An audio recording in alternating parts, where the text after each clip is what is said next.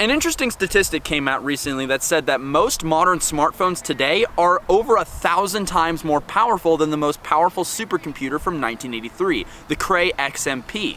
Now, you might hear that and think, duh, of course it's more powerful. That was 40 years ago, but I want you to stop and consider the following. That supercomputer was the size of a typical American master bedroom, but now we have that power sitting in our pocket times 1,000, maybe even more.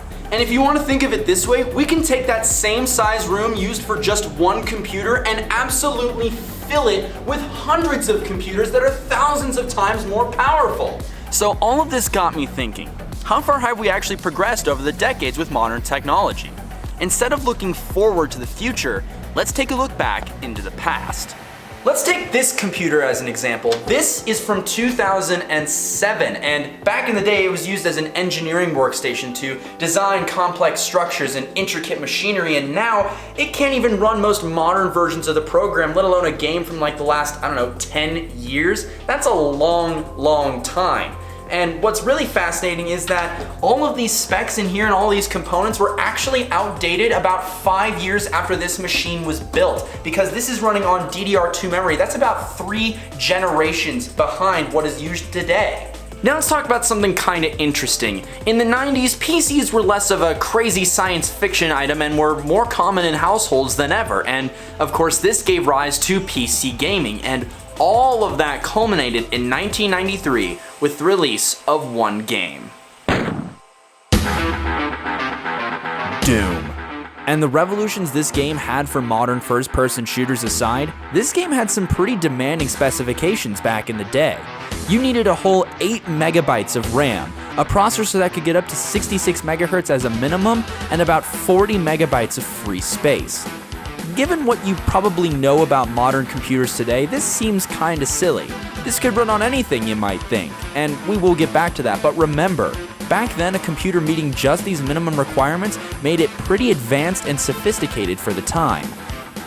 But nowadays, Doom's requirements are so low that it can actually run on anything.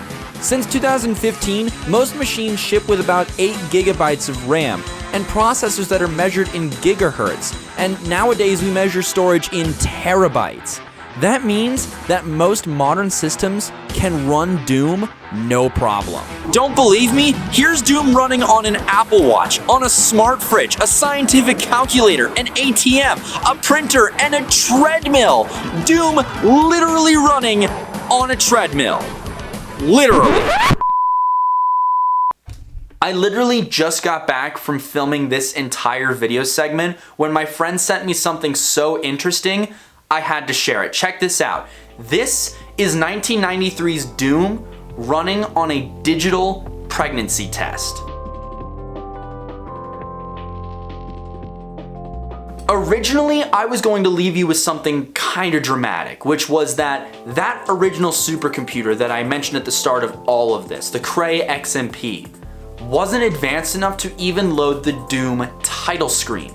But now I can say something even more dramatic. Technically speaking, a digital pregnancy test that is commonly used today is technically more advanced than a supercomputer that was used for deep space physics calculations.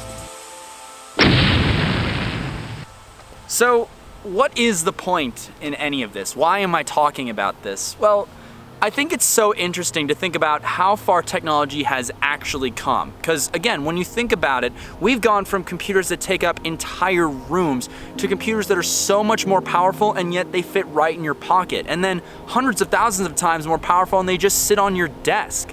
It really goes to show just what the potential for the future is. Looking forward, it's so easy to say, that'll never happen, that's impossible, that's hundreds of years away, it's never gonna happen.